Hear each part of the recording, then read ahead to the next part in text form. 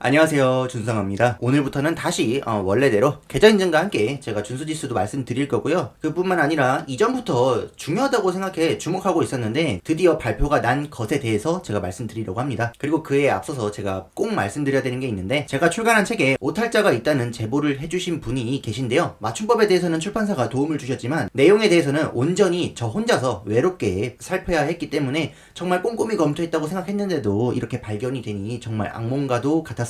잠을 제대로 못 자겠더라고요. 전반적인 책 내용에 문제를 일으키는 오탈자는 아니고요. 이 부분은 제가 월요일에 출판사에 전달을 하고요. 조금 더 제보를 받을 만한 시간적 여유를 가진 다음에 유튜브 채널에서 짧은 쇼츠 영상으로 재생 목록 공지사항에 올려드리도록 하겠습니다. 자, 그러면 거두절미하고 제 계좌 공개하도록 하겠습니다. 주식 유튜버라면 계좌 인증 절대 피해서는 안 됩니다. 자, 저번 주 화요일에 5,300만원이었던 제 계좌가 지금 4,495만원이 됐습니다. 계좌가 거의 800만원이나 줄어들었죠. 그 사이에 나스닥 100지수나 종합지수나 1100포인트 정도 빠졌기 때문에 제 계좌도 무사할 수는 없었습니다. 자연스러운 거죠.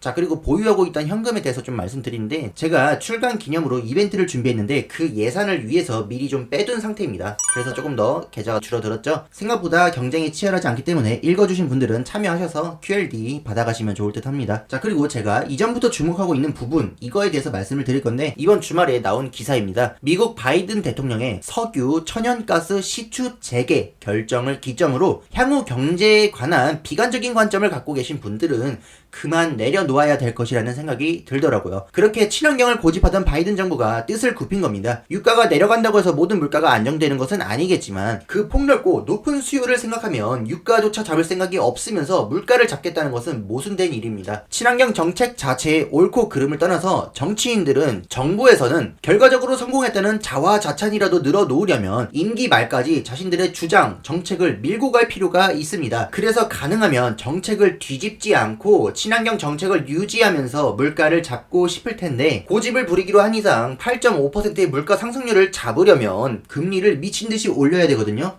코로나 때 금리가 0.25%였는데 이걸 2.5% 정도만 올려놔도 10배 상승입니다. 하지만 만약 그렇게 인상했는데도 물가가 잡히지 않는다면 어떻게 될까요? 그리고 왜 이런 우려가 남는 걸까요? 그건 여러분들도 아시다시피 낮은 금리가 물가 폭등의 원인이 아니기 때문입니다. 수요를 충족하지 못하는 부족한 공급의 그 원인이 있거든요. 녹슨 못에 찔렸으면 파상풍 주사라는 원인에 대한 해결로 접근을 해야지, 내버려두면 다리 절단해야 되거든요.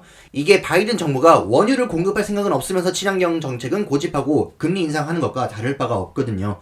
하여간 현재 1980년대 수준의 소비자 물가지수를 보여주고 있는데, 이 정도는 미국의 대부분의 세대가 경험한 적이 없는 수준입니다. 사회의 대부분을 차지하는 서민층에서 고통을 받을 수밖에 없고요. 민주주의 국가에서는 이들의 목소리를 무시할 수 없죠. 결국 바이든 정부는 원인을 해결하는 방향으로 뜻을 굽힌 것처럼 보입니다. 이렇게 현 상황에 맞지 않게 고집을 부렸다가는 22년 11월에 있는 미국 중간선거에서 불리한 위치에 놓일 테니까요. 자, 그러면 바이든 대통령의 석유, 천연가스 시추 재개는 사실 인플레이션보다 민심을 잡기 위해 결정된 것으로 보이는 만큼, 이왕이면 추진할 거면 확실하게 추진할 것으로 생각합니다. 지금 상황이 정책 실패를 인정하는 모양새인데 여기서도 어설프게 하는 척만 했다가는 아무런 득이 없어요. 그래서 저는 드디어 원인을 해결하려는 시도가 시작되었고, 금리 인상도 같이 병행하고 있기 때문에 시장의 방향성은 비관적이라는 미래로부터 멀어지고 있다고 생각이 듭니다. 아니, 다이어트 한다면서 식단 조절은 전혀 안 하고 여전히 야식으로 기름지고 달달한 거 배달시켜 먹으면서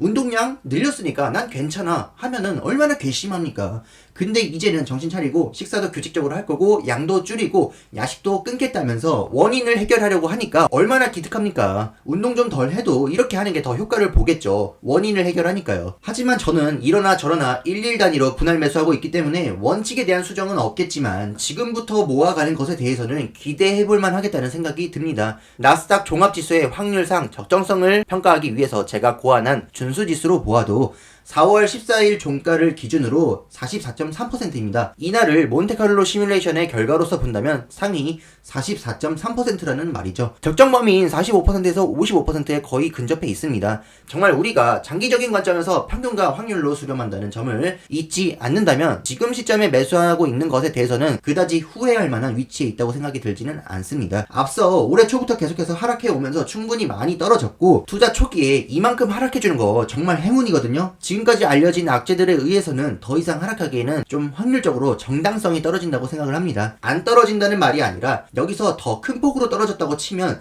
그게 내재 가치에 비해서 적정하지 않을 것이라는 말입니다. 이번 바이든 대통령의 석유, 천연가스 시추 재개 발표는 오히려 더 걱정 없이 매수하게 되는 소식이었고요. 언제까지 바이든 정부가 친환경을 고집할지 지켜보고 있었는데 정말 기쁜 소식입니다. 나스닥 지수의 하방은 좀 막아준 느낌을 받았고요. 만약 큰 폭으로 여기서 더 떨어진다고 하면 아예 우리가 모르는 악재나 뜬금없는 소식이 들려와야 할 것 같다고 생각합니다. 어차피 저와 우리 시청자분들께서는 이 정도 낙폭의 리스크는 당연히 자신의 투자에 선반영하고 계실 것이라고 믿기 때문에 저는 걱정하지 않습니다. 투자 초기의 하락은 정말 행운이라는 점을 상승장에는 다들 알면서도 이렇게 하락장이 오면 실천을 못하고 믿음을 잃어버립니다. 우리들은 이 사실을 절대 잊어서는 안 되고요. 꾸준히 실천을 하셨으면 좋겠습니다. 저도 끝까지 함께 하도록 하겠습니다. 오늘도 끝까지 시청해주셔서 감사합니다.